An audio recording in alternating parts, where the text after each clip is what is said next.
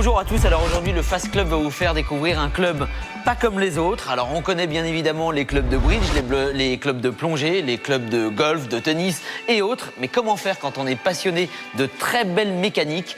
Aujourd'hui on a découvert un club donc pas comme les autres, assez extraordinaire, que va nous faire découvrir Maxime, son fondateur. Bonjour Nicolas. Bonjour Maxime, comment vas-tu? Donc aujourd'hui on va avoir la chance de passer une journée dans la peau d'un membre. Exactement, donc déjà je te souhaite la bienvenue dans ton parking, dans ton parc automobile personnel. Ma petite caverne d'Alibaba, magnifique. Je vois qu'il y a la fabuleuse dernière Aston Martin rapide. Notre dernière arrivée qui est la rapide. Donc alors on a des Porsche GT3, on a je vois l'Aston Martin V12 Vantage. Exactement. On a la DBS. La DBS. Ferrari California, la 458. On a quand même une gamme de voitures assez variée et qui permet aux membres d'avoir une voiture pour chacun de leurs usages. D'accord.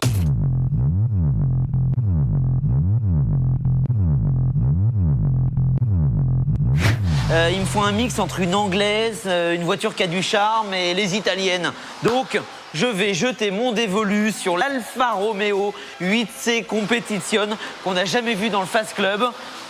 Voilà, ça c'est une voiture qui a la classe et du caractère. Ah ouais, c'est une voiture extraordinaire. Intemporelle et qui n'a pas pris une ride. Ouais, qui a 2 ans et demi maintenant, qu'on a depuis quasiment l'origine du club. Nous, en tout cas, le choix est fait. On va aller passer la découverte du club avec cette Alfa Romeo 8C Competition. C'est parti.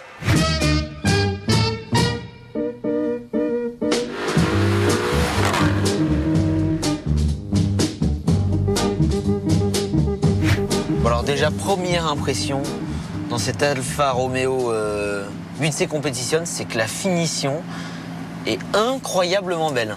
Tout est en alu brossé, en carbone mat brillant. Là, le 8C Competition, c'est gravé dans le carbone. On a le plafonnier qui est tout en cuir. La voiture est superbe et elle a vraiment son identité Alfa Romeo. Alors, on va pas rechercher la sportivité avec cette voiture, bien que ce soit évidemment une voiture de sport, mais on va pas rechercher les performances sur un circuit. Mais c'est vraiment un art de vivre.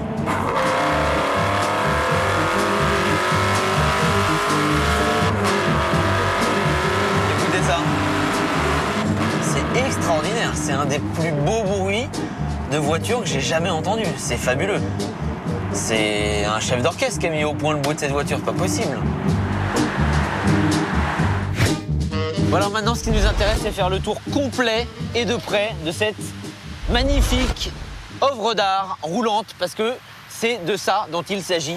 Toute la carrosserie, tous les éléments sont en carbone. C'est le même sous-traitant qui a fabriqué la carrosserie complète de la Carrera GT qui a fait la carrosserie, celle-là, totalement en carbone. Cette voiture emprunte le châssis, on est d'accord, raccourci de la Maserati Gran Turismo. Et elle emprunte également son cœur, parce que cette diva qui chante extraordinairement a un cœur de folie. C'est un cœur de Ferrari. Le V8 4,7 litres, 450 chevaux. C'est pas le plus puissant.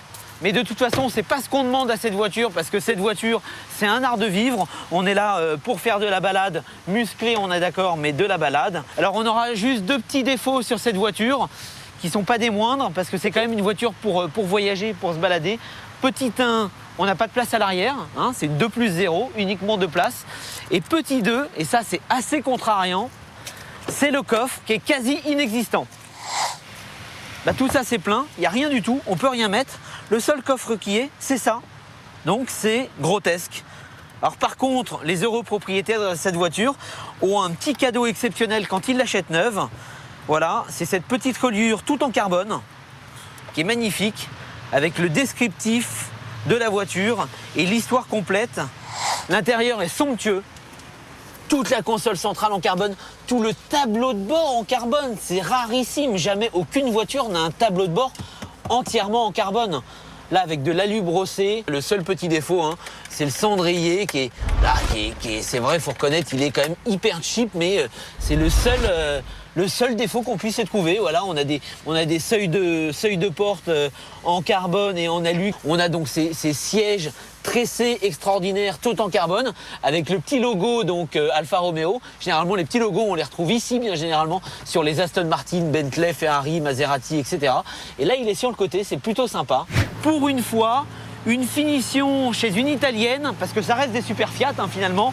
Là, pour le coup, On a une finition qui est à la hauteur d'une supercar, à la hauteur d'une auto exceptionnelle. Écoutez, on va continuer la balade.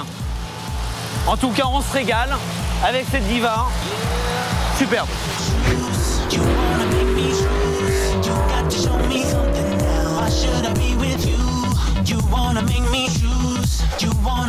Bon, on est en sortie de péage, on va essayer de se faire un petit 0 à 130 puisqu'on est sur l'autoroute.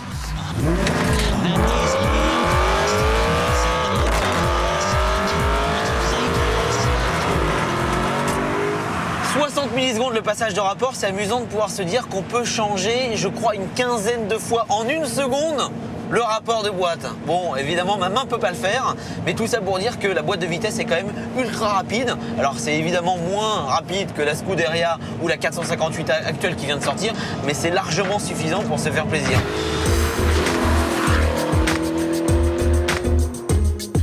Aujourd'hui, cet Alfa Romeo nous a offert un caractère bien trempé à l'italienne, des sensations, de l'exclusivité. Et quel caractère, un vrai moteur, du plaisir, une ligne à couper le souffle.